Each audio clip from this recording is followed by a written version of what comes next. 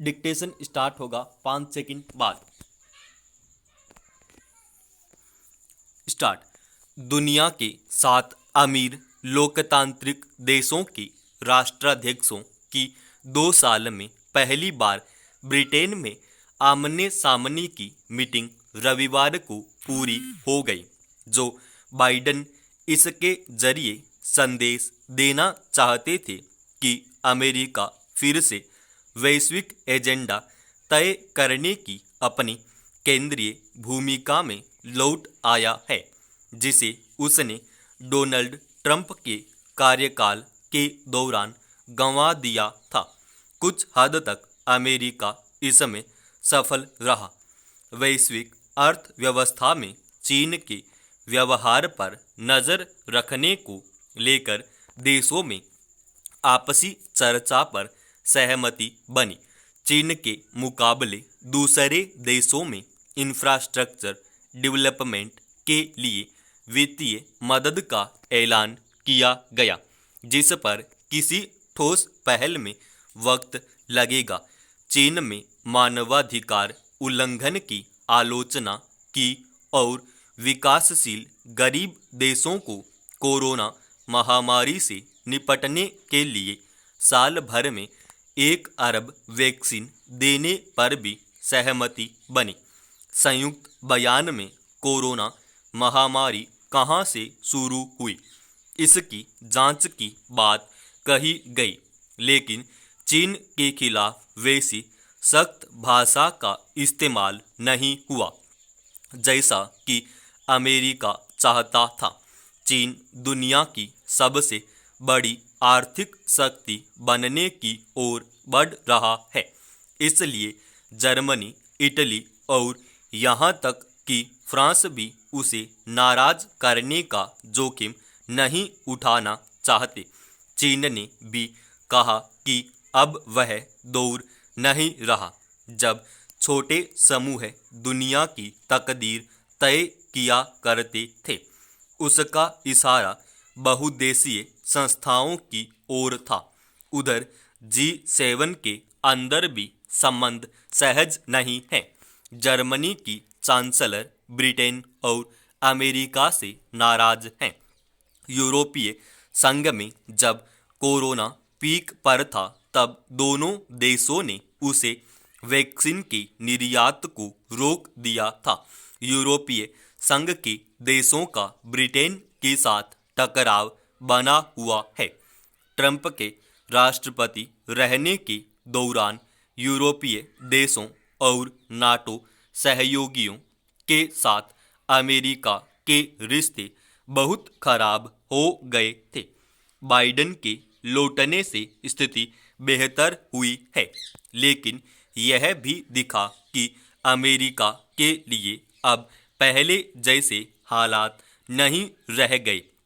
जब वह वैश्विक एजेंडा तय करता था और समूह के बाकी देश उसके पीछे चलते थे, इसका मतलब यह नहीं है कि बाइडेन इसकी कोशिश छोड़ देंगे।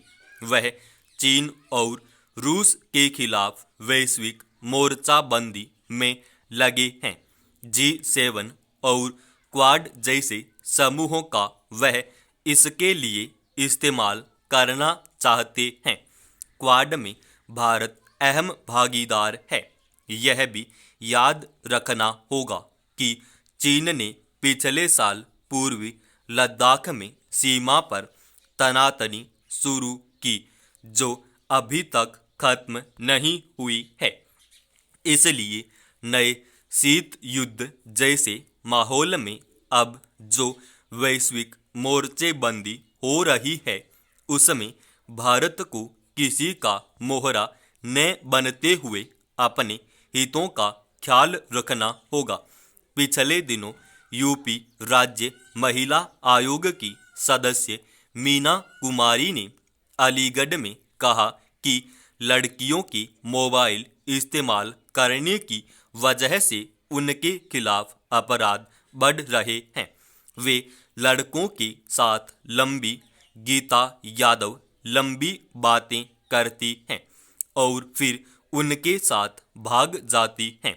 उनका तर्क है कि लड़कियों को मोबाइल नहीं दिया जाना चाहिए क्योंकि घर वालों को पता नहीं होता कि वे किससे बात कर रही हैं।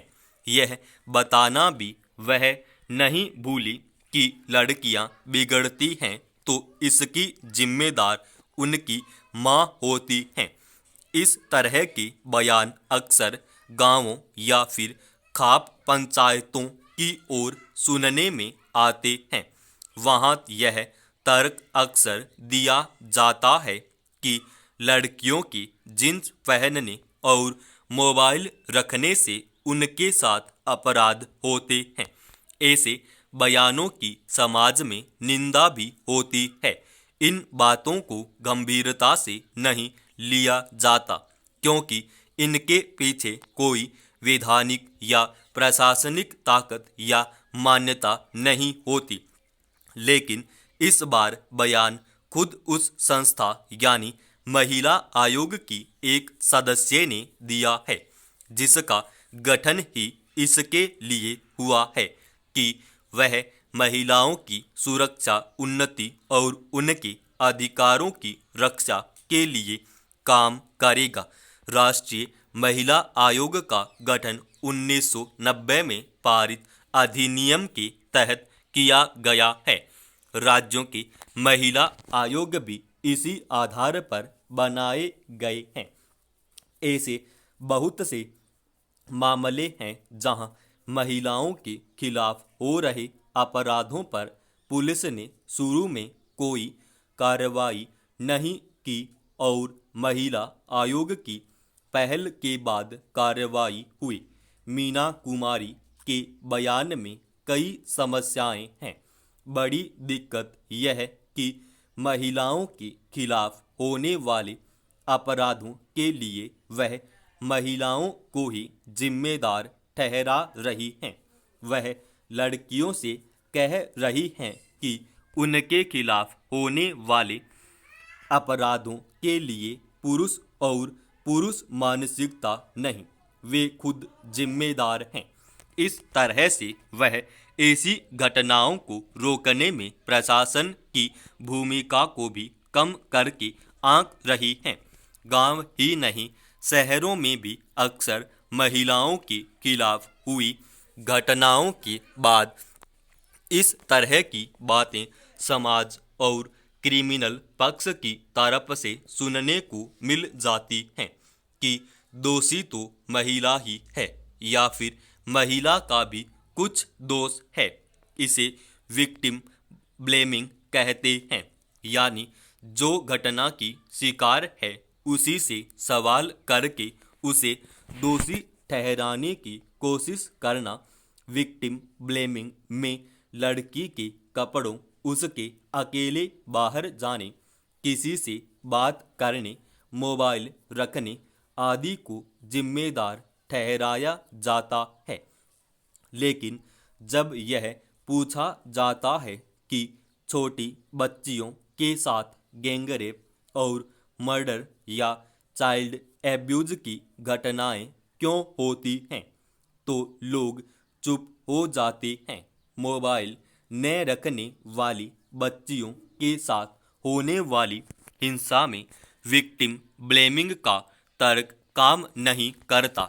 पूरे कपड़े पहनने वाली महिलाओं के खिलाफ क्या अपराध नहीं होते? दरअसल ये सब पितृसत्ता के बचाव के तरीके हैं। भारतीय परिवारों में अक्सर देखने को मिलता है कि बच्चों के गलत फैसलों के लिए माँ को जिम्मेदार ठहराया जाता है। जैसे किसी लड़की के अफेयर की बातें जब घर पहुंचती हैं तो घर वाले उसकी माँ को दोषी ठहराते हैं कि तुमने लड़की पर नज़र नहीं रखी और ज़्यादा छूट दे दी। भारतीय परिवारों में, खासकर हिंदी भाषी क्षेत्रों में यह चलन बहुत आम है। परिवार में ये बातें पिताओं के ऊपर कभी उस तरह से दोष की तरह नहीं आती। फिर यह भी भुला दिया जाता है कि किसी भी समाज में युवाओं का व्यवहार बदलता रहता है। समाप्त।